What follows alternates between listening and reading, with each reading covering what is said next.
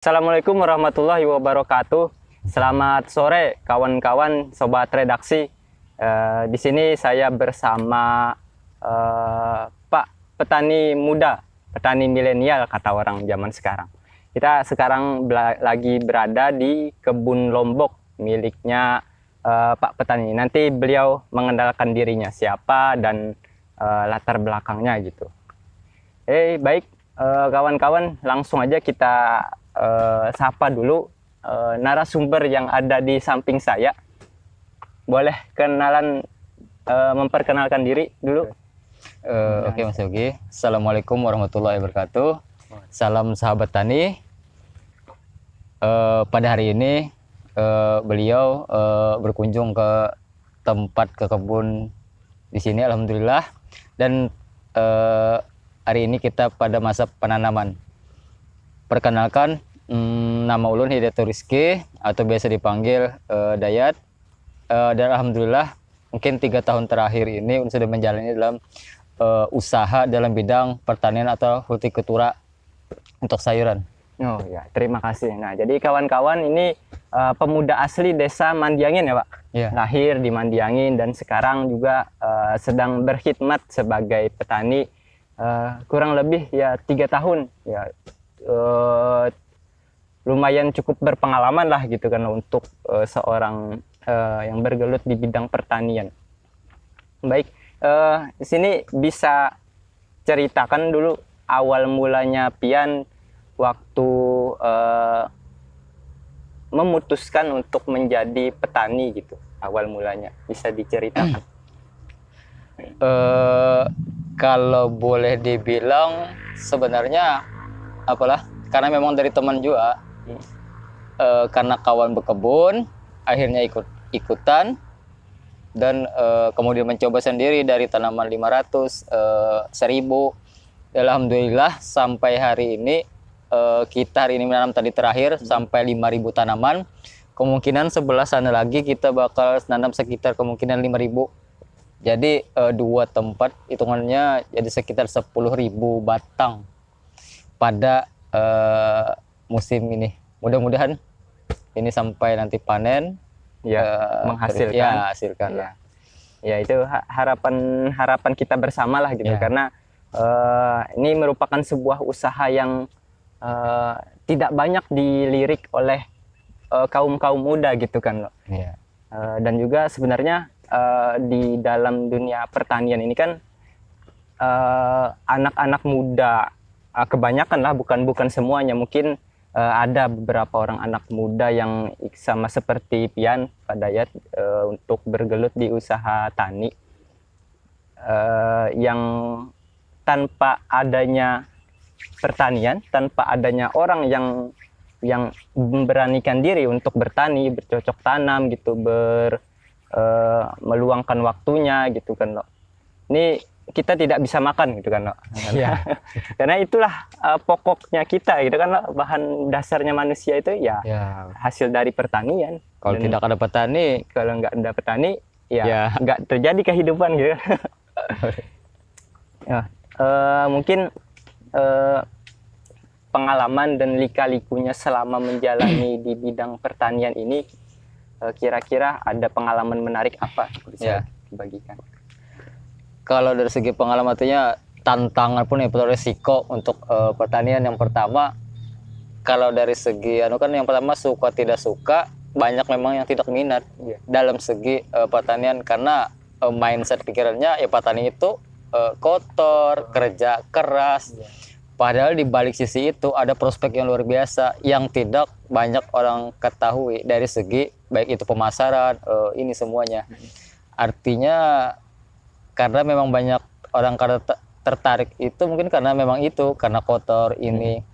Habis itu tantangannya ya memang harus senang berpanas, ini sering ngontrol, mungkin tiap hari ke kebun. Tapi itu bang nikmatnya ketika sudah kita berkebun, ketika sudah tumbuh tanaman hijau, mungkin itu nikmat yang luar biasa dari sisi pertaniannya. Ini menarik sekali. Jadi itu tadi ya, apa namanya nih, kalau mindset kebanyakan orang itu bertani itu adalah berkotor-kotoran atau Iya. segala macam gitu kan. Tapi di sini saya lihat sudah mengembangkan teknologi yang modern lah gitu kan, Ya, dengan apa namanya nih? Sprinkle semi modern lah. Ya, semi modern, sprinkler semi modern. Oh ya, ini tadi lagi sempat Pian sampaikan bahwasanya bertani ini cinta bertani gitu kan, indah melihat ketika melihat lombok-lombok ini tumbuh, kemudian menghijau, lalu kemudian berbuah gitu kan. Itu merupakan sebuah apa ya, rasa suka tersendiri yang tidak bisa terbayarkan Ya. gitu kan. Boleh diceritakan lebih spesifiknya lagi, apa sih yang membuat Pak Dayat ini begitu mencintai gitu, begitu cinta dengan bidang ini? Apalah, jadi kalau dibilang ya tadi ketika itu apa ketika sudah tumbuh tanaman hijau berbuah, kadang-kadang di kebun itu rasa sehari pun rasa sebentar, karena ketika melihat tanaman hijau itu senangnya sudah luar biasa. Entah kenapa ya tadi memang enak aja dipandang ketika sudah tanaman subur ini, mungkin gitu juga. Bahkan bunga-bunga pun ketika sudah tumbuh subur itu lebih nikmat ya. Iya. Senang. Jadi kadar rasa berat hati pun untuk bekerja di ini jadi ringan. Iya. Mungkin itu. Memang awal memulainya kadang-kadang itu yang paling sulit. Ketika mulai dari membuka lahan atau apa, itu paling hal proses yang paling kalau dibilang capek, uyuh, itu yang paling, makanya butuh kesabaran. Kalau yang kita nanam misalnya ini perlu proses 3 bulan untuk sampai panen. Iya. Jadi kan butuh kesabaran nih proses. Cuma dari proses itu akhirnya ya menghasilkan itu. Jadi ya memang benar, bukan hanya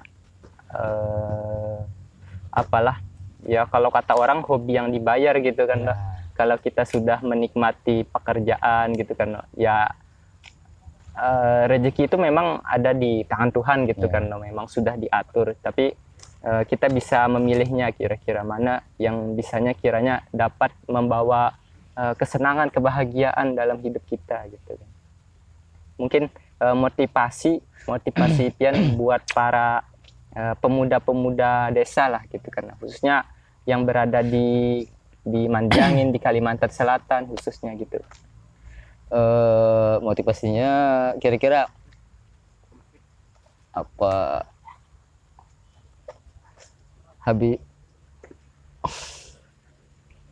Pokoknya ketika sesuatu yang pengen kalian kerjakan, pengen kalian usaha, ya usahakan. Artinya berproses, harus sabar.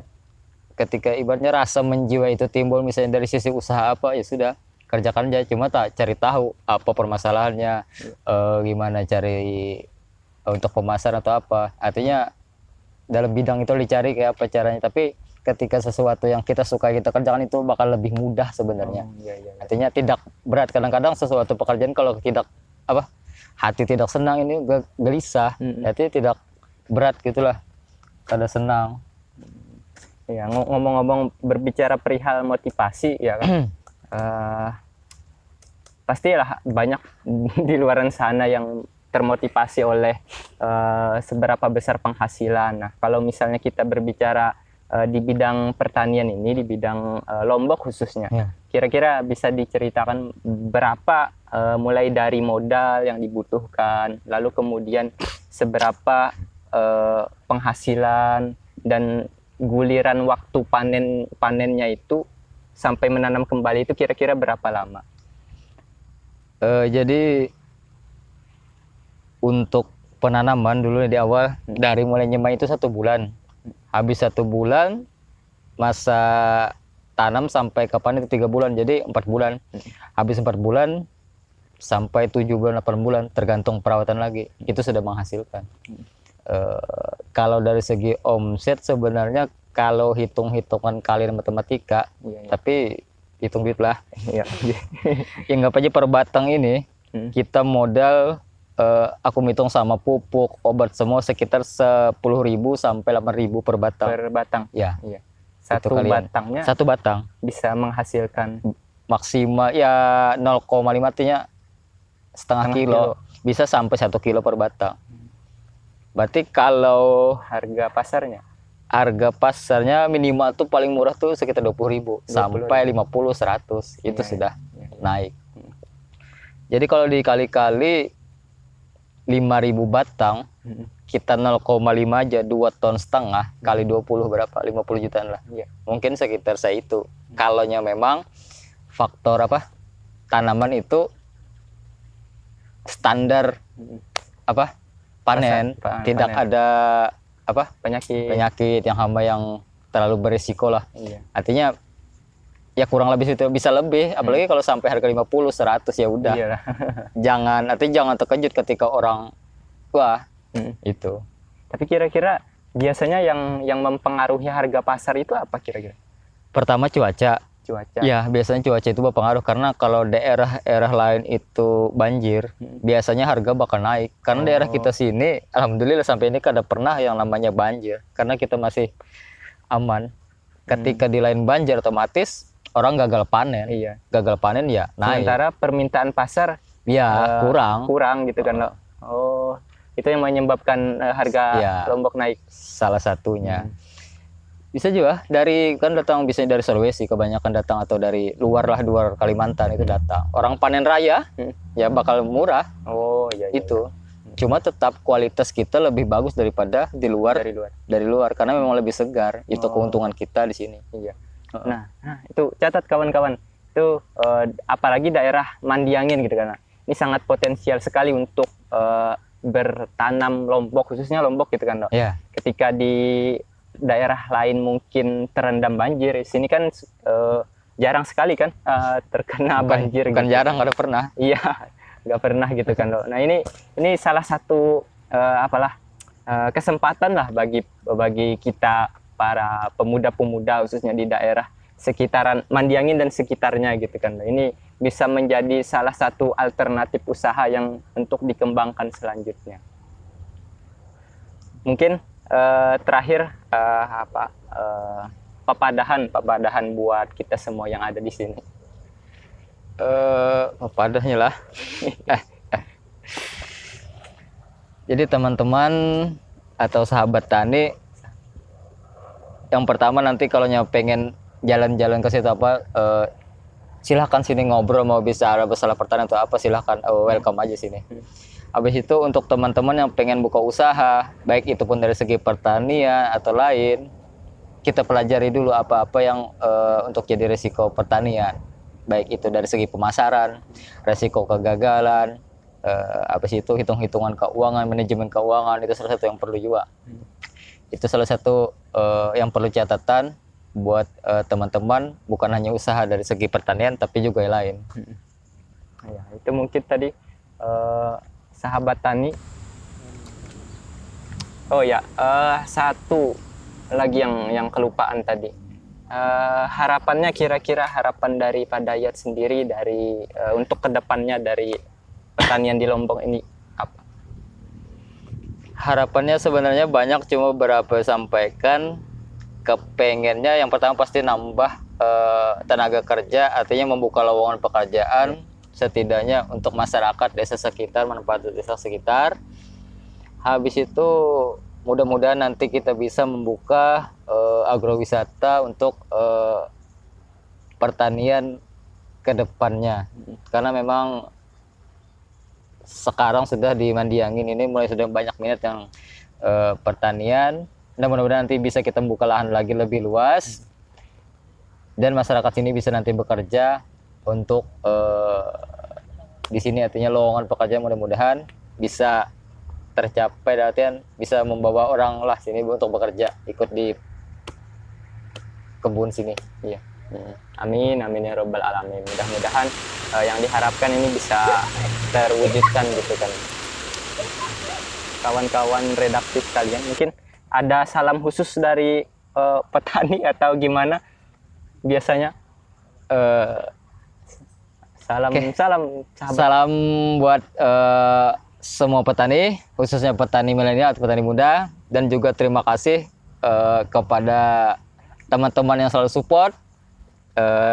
Sampai sekarang alhamdulillah sudah mulai berkembang. Terima kasih juga dari tim Iya, redaksi sudah berkunjung ke sini. Dan teman-teman lain pun yang pengen berkunjung silahkan nanti datang ke sini. Ya. Terima kasih. Ya, mungkin itu saja perbincangan kita kali ini dengan petani muda.